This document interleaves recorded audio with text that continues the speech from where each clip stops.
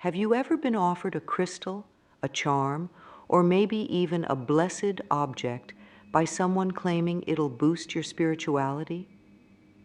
It might seem like a kind gesture, but what if I told you that accepting these things could actually harm your spiritual growth? Today, we're diving into the world of spiritual gifts and uncovering 9 things you should never receive from anyone, no matter how well-meaning they might be. Now, you might be wondering, what's the big deal? It's just a gift, right? Well, here's the thing. Your spiritual journey is deeply personal. It's about your own growth, your own connection to the universe, or whatever higher power you believe in. When you start accepting things from others, especially items that are supposed to have spiritual power, you're letting their energy and intentions mix with yours. This can muddy your spiritual waters, so to speak. Imagine you're trying to paint a beautiful picture. You've got your colors all picked out, your canvas is ready, and you know exactly what you want to create. But then someone comes along and starts adding their own paint to your palette. Suddenly, the colors you carefully chose are all mixed up. That's kind of what happens when you accept spiritual items from others. They're adding their own paint to your spiritual palette. But it's not just about keeping your spiritual journey pure. There's also a risk of picking up negative energy or even harmful intentions. Not everyone who offers you a spiritual gift has your best interests at heart. Some might unknowingly pass on negative energy, while others might actually intend to influence or control you. It's a scary thought, but it's important to be aware of these possibilities. That's why it's crucial to know what to avoid. By being selective about what you accept into your spiritual life, you're protecting your energy, your growth, and your personal connection to the spiritual realm. You're making sure that your spiritual journey remains authentically yours. Let's start with something that's become super popular in the spiritual world: crystals. Now, don't get me wrong, crystals can be beautiful, and many people find them helpful in their spiritual practice. But here's the catch. You should never accept a used crystal from someone else. Why? Well, crystals are believed to absorb and store energy. That's great when it's your own energy or when you're using a crystal for a specific purpose. But when you accept a used crystal from someone else, you're also accepting all the energy that crystal has absorbed over time. And let me tell you, that energy isn't always good. Think about it this way. Would you want to wear someone else's sweaty gym clothes? Probably not, right? Well, a used crystal is kind of like that, but for your energy field. It's soaked up all sorts of vibes, good, bad, and everything in between. You have no idea what kind of energy that crystal has been exposed to. Maybe the previous owner was going through a really tough time, and the crystal absorbed all that negative energy. Or maybe they used it in rituals or practices that don't align with your spiritual beliefs. Even if the person giving you the crystal has the best intentions, they might not realize that they're passing on energy that could be harmful to you. They might think they're doing you a favor, sharing something that's been meaningful to them. But in reality, they could be unknowingly burdening you with their own spiritual baggage. Now you might be thinking, can't I just cleanse the crystal? And sure, there are methods people use to try to clear crystals of old energy. But here's the thing. Unless you're a highly experienced spiritual practitioner, it's hard to be 100% certain that you've completely cleared out all the old energy. There's always a risk that some residual energy remains, influencing your own spiritual practice in ways you might not even realize. Plus, part of the power of working with crystals comes from forming your own connection with them. When you choose your own crystal, when you're drawn to its unique energy and appearance, you're starting a fresh relationship. You're connecting with that crystal on your own terms without any energetic interference from its past. So what should you do if someone offers you a crystal? Thank them for their kind thought, but politely decline. Explain that you prefer to choose your own crystals to ensure they align with your personal spiritual journey. If you're interested in working with crystals, take the time to select your own. Visit a reputable crystal shop, or if you're really adventurous, go on a rock hunting expedition. The process of finding your own crystal can be a spiritual experience in itself. Remember, your spiritual journey is uniquely yours. Don't let someone else's used crystal become a cursed crystal in your spiritual practice. Keep your energy clean, clear, and authentically your own. Now let's talk about something that's become super popular in home decor, but has its roots in Native American spirituality: the dream catcher. These intricate web-like objects hanging from a hoop, often adorned with feathers and beads, look pretty cool. But here's the deal. You should think twice before accepting a dream catcher from someone, especially if it's been used. First off, let's talk about what dream catchers are supposed to do. In some Native American traditions, dream catchers are believed to filter out bad dreams and only let good dreams pass through to the sleeper. Sounds nice, right? But here's where it gets tricky. When you accept a used dream catcher, you're not just getting a neat-looking decoration. You're potentially bringing in all the energy, good and bad, that it's caught over time. Think about it. If a dream catcher really does what it's supposed to do, it's been collecting and holding onto negative energy from bad dreams. Do you really want to bring all that stored up negativity into your space? But it's not just about the potential negative energy. There's also the issue of cultural appropriation. Dream catchers have deep spiritual significance in some Native American cultures. When they're mass-produced and treated as simple decorations or good luck charms, it can be disrespectful to the traditions they come from. By accepting and using a dream catcher without understanding its cultural context, you might unintentionally be participating in this appropriation. Now, you might be thinking, but what if it's a gift from someone who means well? And that's a fair point.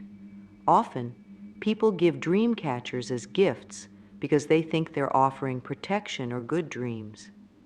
They probably have no idea about the potential spiritual pitfalls. But remember, good intentions don't always lead to good outcomes. Even if the dream catcher was made and given with the best intentions, there's still the issue of energetic attachment. The person who gives it to you might unknowingly be passing on their own energy, their own dreams, good and bad, and their own spiritual influences. This can interfere with your own spiritual journey and potentially bring in energies that don't align with your path. So, what should you do if someone offers you a dream catcher? Politely decline and explain that while you appreciate the thought, you prefer not to use dream catchers out of respect for their cultural significance. If you're interested in practices for promoting good dreams or protection during sleep, consider researching methods that align with your own cultural background or spiritual beliefs. For example, you might explore meditation techniques to calm your mind before sleep, or look into aromatherapy with calming scents like lavender. These practices allow you to take an active role in your own spiritual and mental well-being, rather than relying on an object that may carry unknown energies. Remember, your dreams and your sleep are sacred. There are times when your subconscious mind processes information and your spirit can roam free. Don't let someone else's dream catcher become a net that tangles up your own spiritual dreams. Keep your sleeping space clear of others' energies and intentions, and focus on creating a peaceful environment that nurtures your own spiritual growth.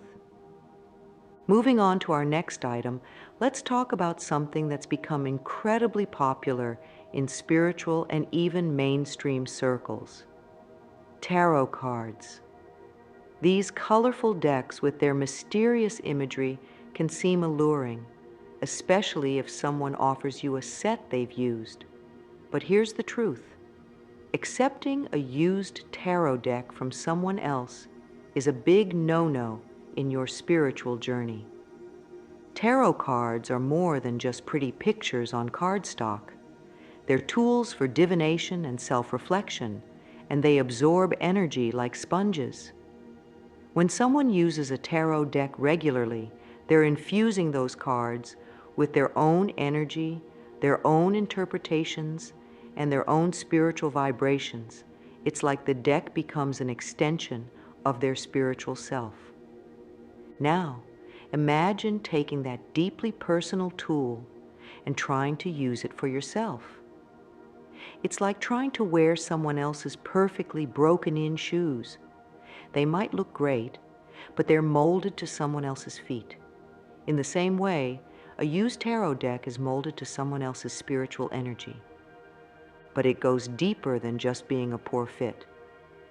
When you use someone else's tarot deck, you're potentially tapping into their spiritual frequencies, their past readings, and even their connection with spirits or energies they've contacted through the cards. This can lead to confusing readings, mixed messages, and even spiritual interference. Think about it this way: if you're trying to tune into your own intuition and higher guidance, do you really want the static of someone else's spiritual radio station interfering? It's like trying to have a heart-to-heart conversation with the universe, but there's someone else's voice constantly interrupting, even if the person giving you the deck has the best intentions. Maybe they think they're passing on good luck or helping you start your tarot journey. They might not realize the energetic implications.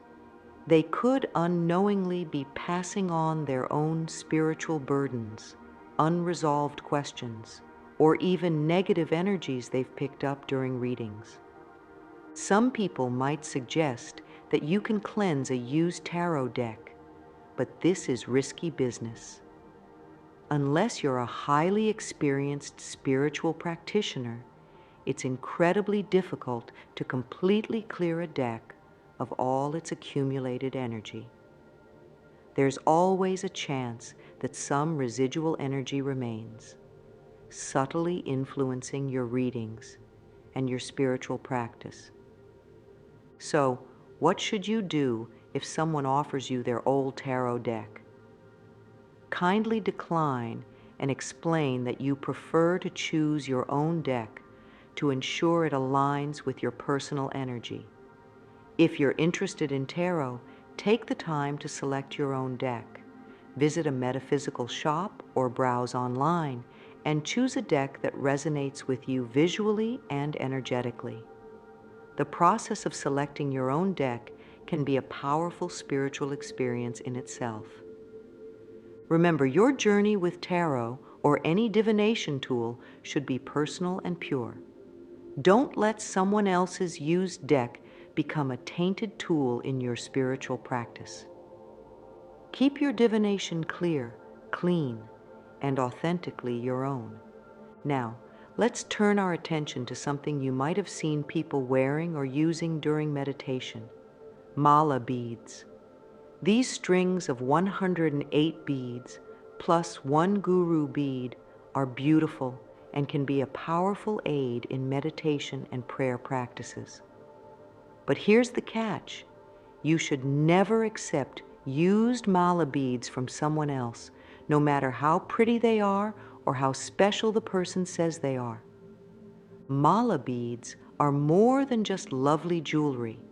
in many spiritual traditions, they're sacred tools used for counting mantras, focusing the mind during meditation, or connecting with specific energies or deities. When someone uses mala beads regularly, they're not just wearing a necklace. They're creating a deeply personal spiritual tool. Each time someone uses their mala beads, they're infusing them with their own energy, their intentions, and the vibrations of their mantras or prayers. Over time, the mala becomes a physical representation of that person's spiritual practice. It's like a spiritual diary holding the energy of countless meditations and prayers. Now, imagine taking that intensely personal item and trying to use it for your own practice. It's like trying to continue someone else's conversation with the divine. You might find yourself picking up on the previous owner's energy, their spiritual struggles, or even their unresolved issues. This can lead to confusion in your own practice and may even hinder your spiritual growth. Think of it this way. Would you want to use someone else's toothbrush? Probably not, right? Well, used mala beads are kind of like a toothbrush for your soul. They've been intimately connected with someone else's spiritual hygiene, and using them yourself could be spiritually unsanitary. Even if the person offering you their mala beads has the best intentions, maybe they think they're passing on good energy or helping you start your own practice, they might not realize the energetic implications. They could unknowingly be passing on their own spiritual baggage, unfinished spiritual work, or even negative energies they've been working to clear.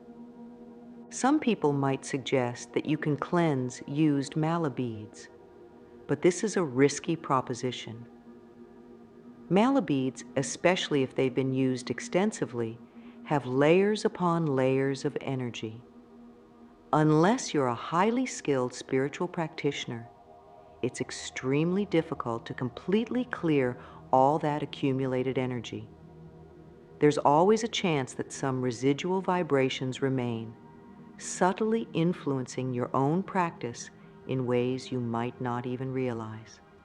So, what should you do if someone offers you their old mala beads?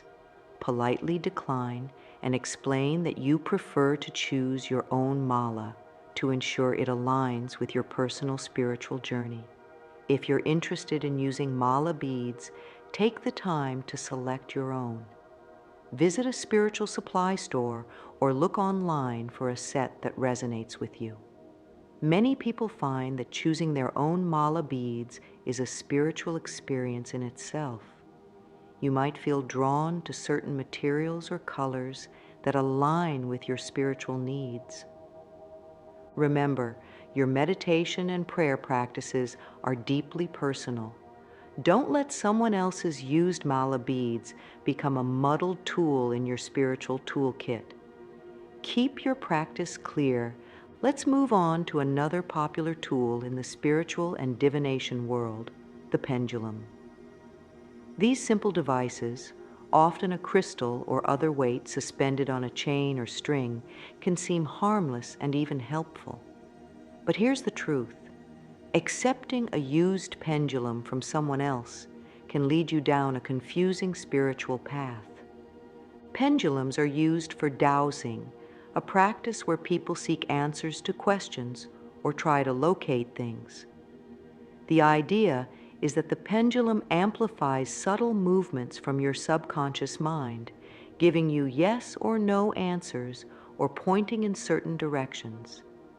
It sounds simple, but there's more going on beneath the surface. When someone uses a pendulum regularly, they're creating a strong, energetic connection with it. The pendulum becomes attuned to their energy, their way of thinking, and even their specific questions and concerns. It's like the pendulum learns to speak their unique spiritual language. Now imagine taking that personalized tool and trying to use it yourself.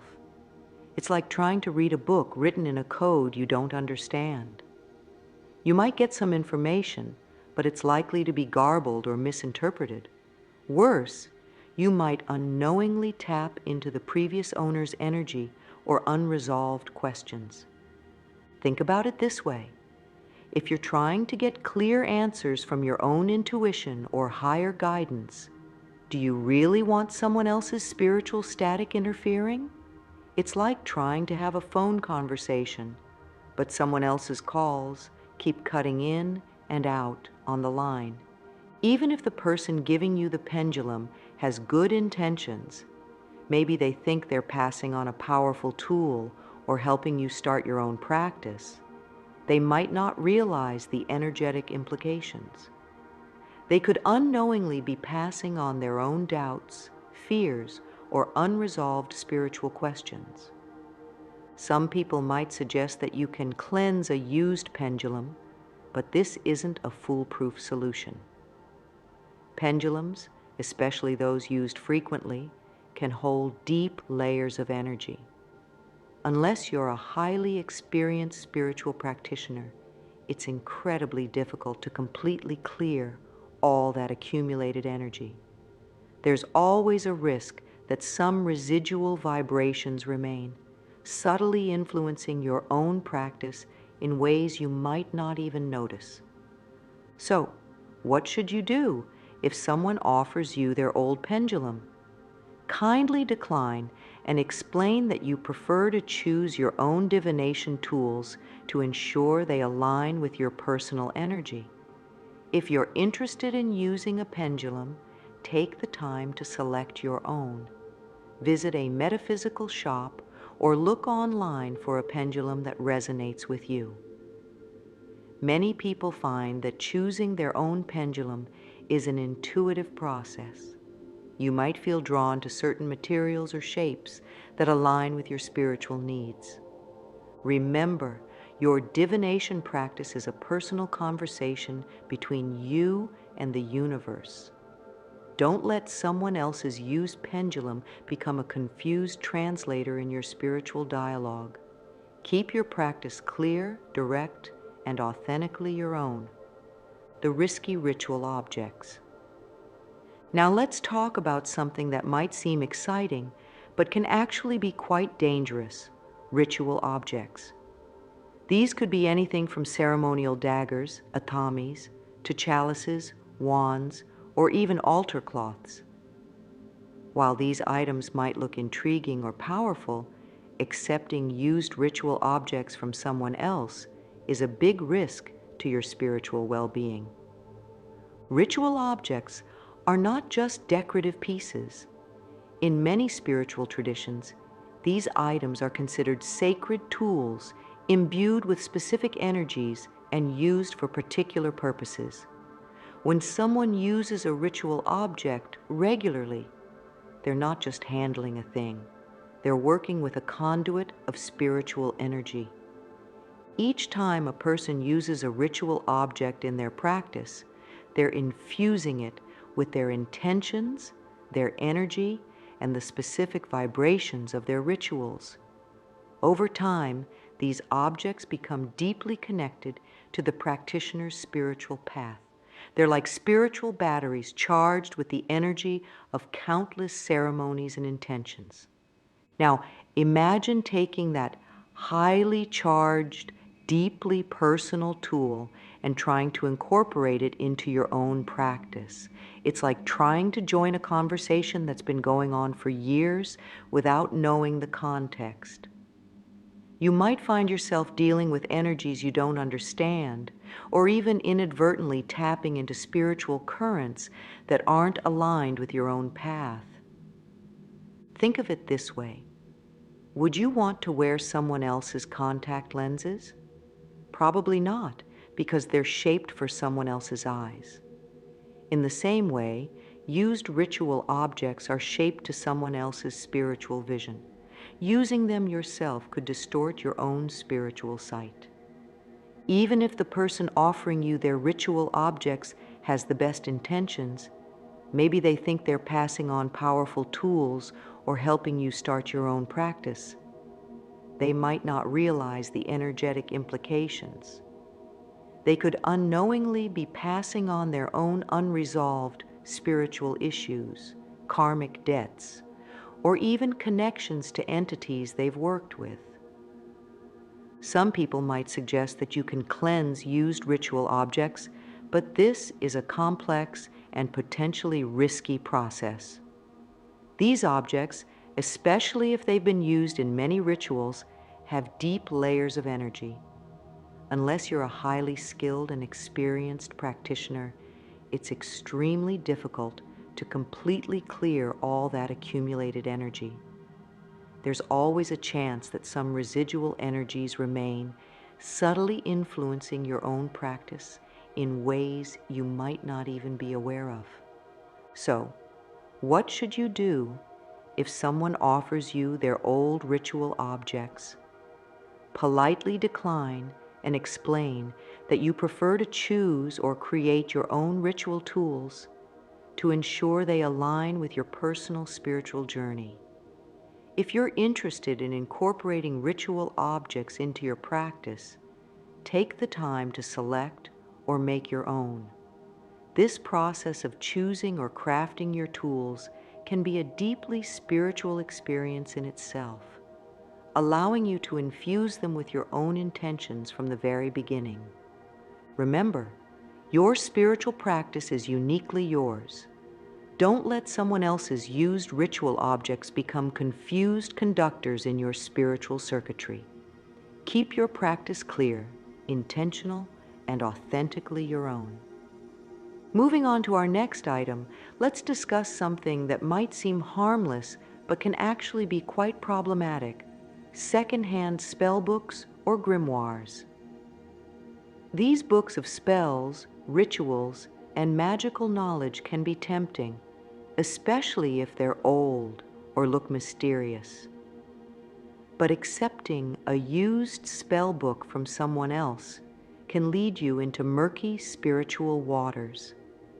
Spell books are more than just collections of words on pages.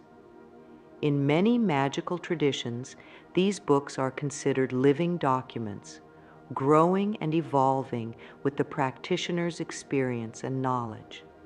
When someone uses a spell book regularly, they're not just reading from it, they're infusing it with their own energy, their successes, their failures, and their spiritual journey. Each time a person works with their spell book, they're leaving energetic imprints on its pages.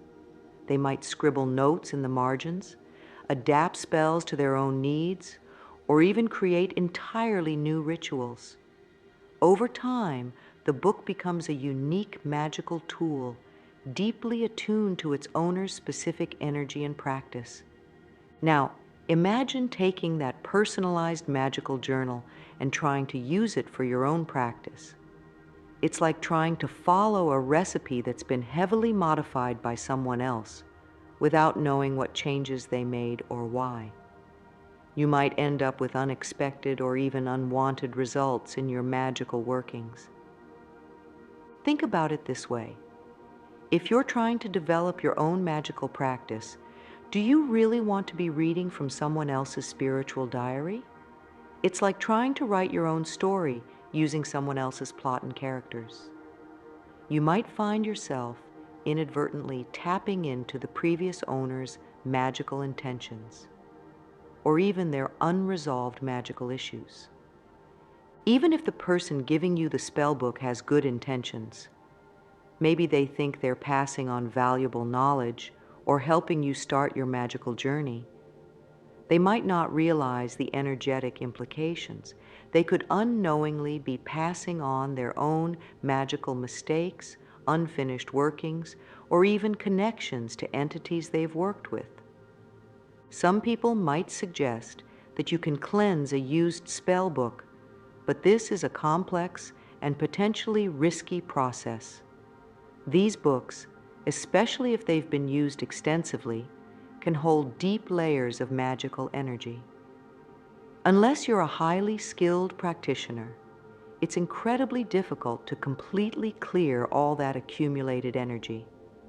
There's always a chance that some residual magic remains, subtly influencing your own practice in ways you might not even notice. So, what should you do if someone offers you their old spellbook? Kindly decline and explain that you prefer to start your magical journey with fresh resources.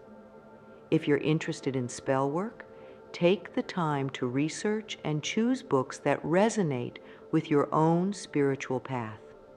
Many practitioners find that creating their own spell book or grimoire from scratch is a powerful magical act in itself, allowing them to build their practice from the ground up. Remember, your magical journey is uniquely yours. Don't let someone else's used spell book become a confusing roadmap in your spiritual exploration. Keep your practice clear, intentional, and authentically your own. Our final item to discuss is something that might seem sentimental and valuable: family heirlooms or antiques with supposed spiritual significance. These could be anything from old jewelry said to have protective powers to furniture rumored to bring good luck. While these items might seem special due to their history, accepting spiritually charged heirlooms or antiques can sometimes bring unexpected challenges to your spiritual path. Family heirlooms and antiques are more than just old objects. They're vessels of history, carrying the energy of everyone who has owned them and every event they've witnessed. When an object has been in a family for generations or has passed through many hands, it accumulates layers upon layers of energy, some good, some not so good. Each person who has owned or interacted with these items has left their energetic imprint on them. This could include their emotions, their life experiences, and even their unfulfilled wishes or unresolved issues. Over time, these energies can build up, creating a complex energetic tapestry that's woven into the very fabric of the object. Now imagine bringing that energetically charged object into your own space and life. It's like inviting a stranger with a complicated past into your home. You might find yourself dealing with energies you don't understand, or even inadvertently taking on the unresolved issues of people you've never met. Think of it this way. If you're trying to create a peaceful, spiritually aligned home, do you really want to introduce an object that might be carrying centuries of unknown energy? It's like trying to tune in to your favorite radio station, but getting interference from dozens of other channels at the same time. Even if the person offering you the heirloom or antique has the best intentions, maybe they think they're passing on a family treasure or a piece of good luck, they might not realize the energetic implications. They could unknowingly be passing on family karma, ancestral burdens, or even attachments to spirits associated with the object. Some people might suggest that you can cleanse these items, but this can be a complex and potentially risky process. Objects with long histories can hold incredibly deep layers of energy. Unless you're a highly skilled and experienced practitioner, it's extremely difficult to completely clear all that accumulated energy. There's always a chance that some residual energies remain, subtly influencing your life and spiritual practice in ways you might not even be aware of.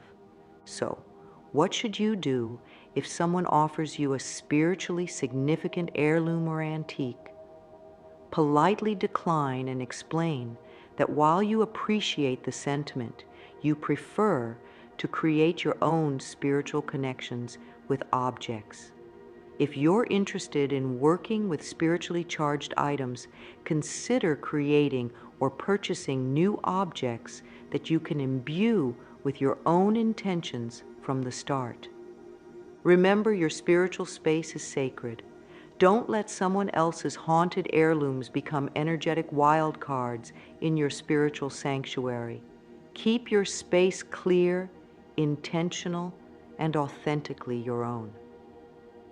As we wrap up our exploration of the 9 things you should never receive from anyone on your spiritual journey, let's take a moment to reflect on the bigger picture. Your spiritual path is uniquely yours. A personal journey of growth, discovery, and connection with the universe or whatever higher power you believe in. By being mindful of what you accept into your spiritual practice, you're not just protecting yourself from potential negative energies or influences, you're also affirming your own power and autonomy in your spiritual growth. You're saying, "This is my journey, and I choose what becomes a part of it." Remember, declining these items doesn't mean you're being rude or ungrateful. It means you're being responsible for your own spiritual well-being. You can always express appreciation for the thought, while explaining your preference for choosing your own spiritual tools and objects. Instead of accepting used or secondhand spiritual items, focus on cultivating your own connections. Choose or create your own tools, imbuing them with your own energy and intentions from the start. This process of selection or creation can be a deeply spiritual act in itself, strengthening your connection to your practice. Your spiritual journey is a precious, personal thing. By keeping it clear of others' energetic baggage, you're creating space for authentic growth and genuine spiritual experiences. Trust your intuition, honor your personal boundaries, and remember that the most powerful spiritual tool you have is your own sincere intention. As you continue on your path, may your journey be clear, your growth be genuine, and your spiritual experiences be truly your own. Thank you for joining me in this exploration of spiritual wisdom. If you found this video helpful, please like and subscribe for more insights into navigating your spiritual path. Until next time, may your spiritual journey be blessed with clarity, authenticity, and true personal growth.